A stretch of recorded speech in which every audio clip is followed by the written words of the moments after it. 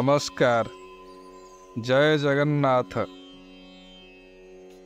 श्री सुत संहितायां नीलाद्रि महोदय श्री पुरुषोत्तम क्षेत्र महात्म्ये चतुर्दश अध्यायोक्त नीलाद्रि महोदय प्रथम खंड 43-44 श्लोक ब्रह्मा इंद्रद्युम्न को उपदेश प्रदान करियछन्ति। मोर वैरेण एतस्य जगदीशस्य भूपतेः भद्रयाश्च बलस्यापि प्रमादात् पतनं यदि महाभयं नृपस्यापि राज्यस्यापि भवेद्ध्रुवं दुर्भिक्षं मरणं चैव जायते च पुनः पुनः।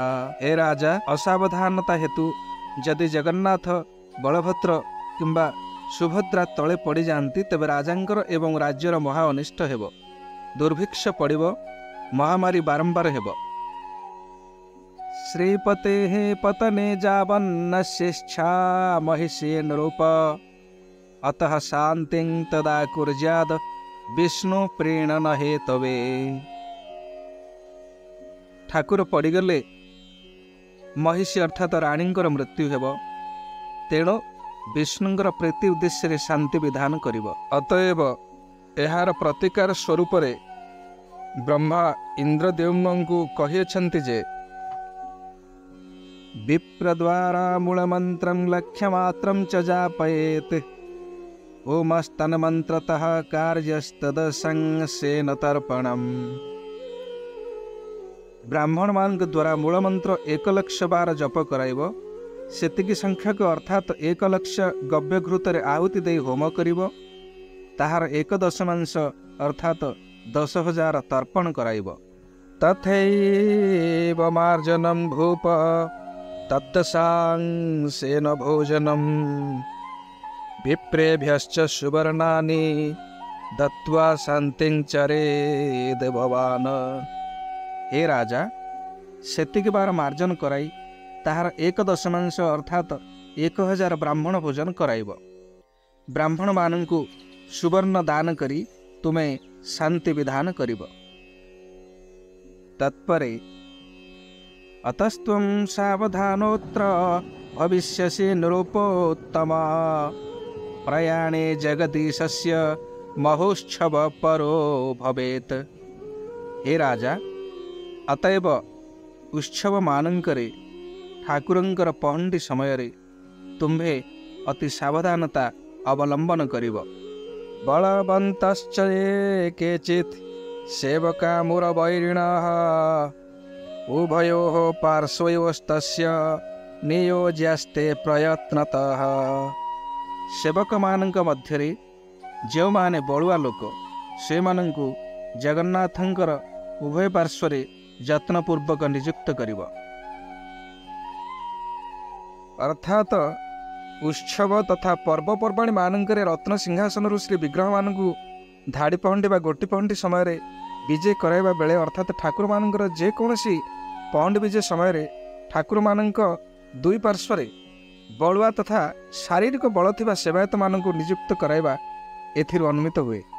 एठारे सावधानता शब्द व्यवहार करा जाय अछि, अर्थात सावधानता कहले विभिन्न प्रकार सावधानता, समस्त प्रकार सावधानता जहाँ असावधानतार परिगणित हुए सही कार्यगुड़ी को सावधानतार निर्वाह करने पाई सावधानता शब्दर प्रयोग होइछन्ति।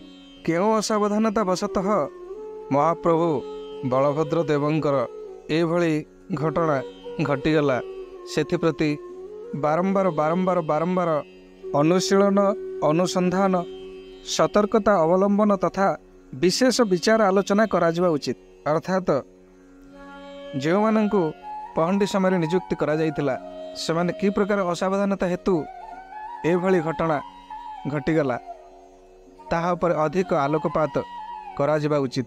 बलभद्र महाप्रभु पड़ीगले बोली तो आमे कहबा उचित नुहे। पड़ीगले कौन? महाप्रभु पड़ी जिबार नुहंती, तांकु केही पकाई परिबा समर्थ नुहंती। ए भितरे जो रहस्यटी गोपनीय होई रहीगला ताहा महाप्रभुंक श्रीपୟରେ विचार सापेक्ष बोली ए अधमर प्रणति निवेदन। ताहा सहित अशेष व्याकुल प्रार्थना करपत्र जोड़ी अयुत अयुत बार सर्वभक्त कुलंकर सर्वमय कर्ता प्रभु श्री बलभद्र देव महाप्रभु ए मानव जाति को सबुबले दिग्दर्शन दे आसिछन्ति आज मध्य प्रभु आंभ समस्त को सुधारिबा बाटरे निर्विघ्न आगे नेबे यही भरोसा करी रहूछु। प्रभु श्री बलभद्र देवंकर जय हेउ जय हेउ जय हेउ जय जय जय हेउ भाव आवेग भरा यही भरोसा रे यही विश्वास रे यही श्रद्धा रे यही भाव रे बलभद्र देवंकर सर्व समक्षरे समस्तंकर अश्रुल कातर आवेग भरा प्रार्थना। आसंतु आमे माने समस्ते महाप्रभुंकर श्रीचरण तले क्षमा प्रार्थना करिबा।